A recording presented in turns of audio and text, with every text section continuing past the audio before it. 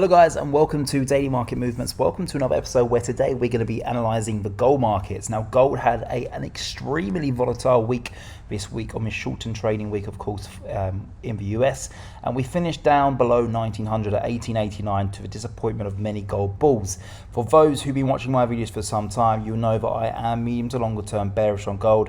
I think we will end the year down at 1500. At this moment in time, there's many people who think I'm crazy out there thinking, no way are we going to be ending down at 1500, especially earlier on this week when we were as high as 1972.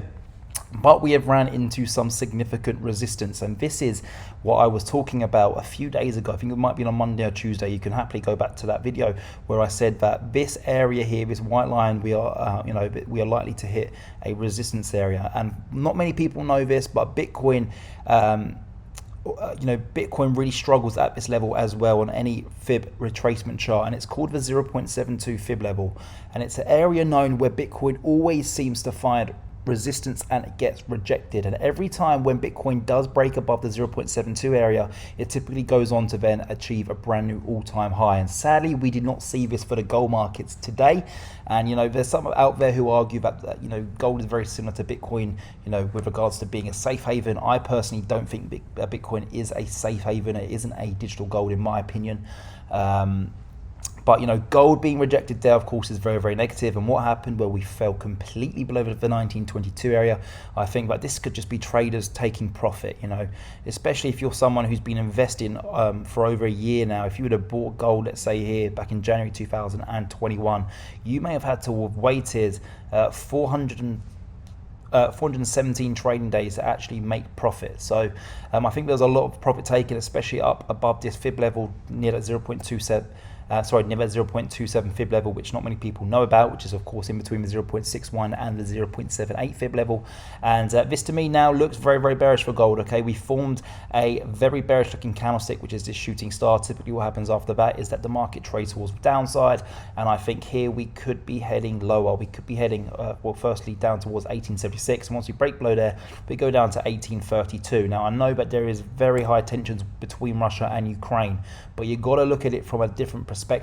What if there was a ceasefire announced? What if Russia come out and said that they wanted to host talks and Ukraine agreed? Or what if this war is over within the next week and sadly Russia do take Kiev? All of a sudden then, that could potentially cause a bearish catalyst for gold, as it is a safe haven, right? Gold spikes on fear. It spikes when investors are selling equities and buying gold. So I personally, at this moment in time, do not like gold. I think it offers a fantastic long-term shorting position. I think you can put a stop loss just above this high wick at around 1974. So let's say if you put a stop loss up near like 19, or you could even say 2000. So if you want to do a long-term short position like I currently have open, this is the type of trade that you should be looking at. You could put that stop loss 4.65% above, and then you could be trading down towards 1700, for example, where you've got a 11% gain. So you've got a fantastic 2.1 for 0.9 risk reward ratio there for the gold market. So I really do like a trade like that going into the end of the year. Of course, it's not going to hit its take profit very, very soon. It's probably likely take months. But what happened on the previous two occasions? Well, look what happened, guys. When we got rejected up at this fib level, we had a 9% crash in the gold markets in a very short period. Again, when it happened for the second time, we did in fact go all the way down to the 1700 area. That's where I'm telling you to. To put a take profit now, with a 15% drop. And how long did that actually take to play out? Again, I'm not saying it's going to take this long this time round, but that only took 63 days, so about a month and a half, or even 2 months rather. Not a month and a half, 2 months to play out, and you had a 15% drop in the gold markets. And if that occurred here, then that is a fantastic trade.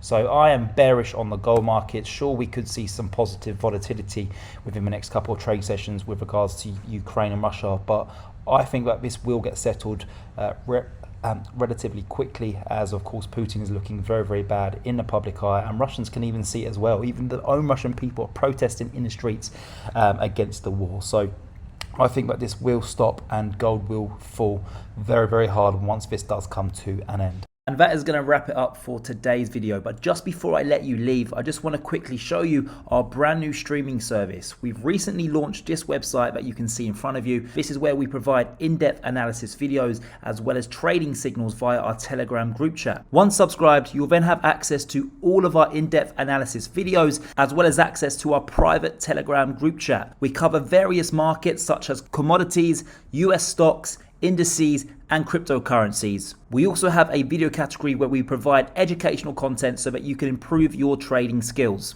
If this sounds appealing to you, then you can find our website link in the description of this YouTube video at dailymarketmovements.com.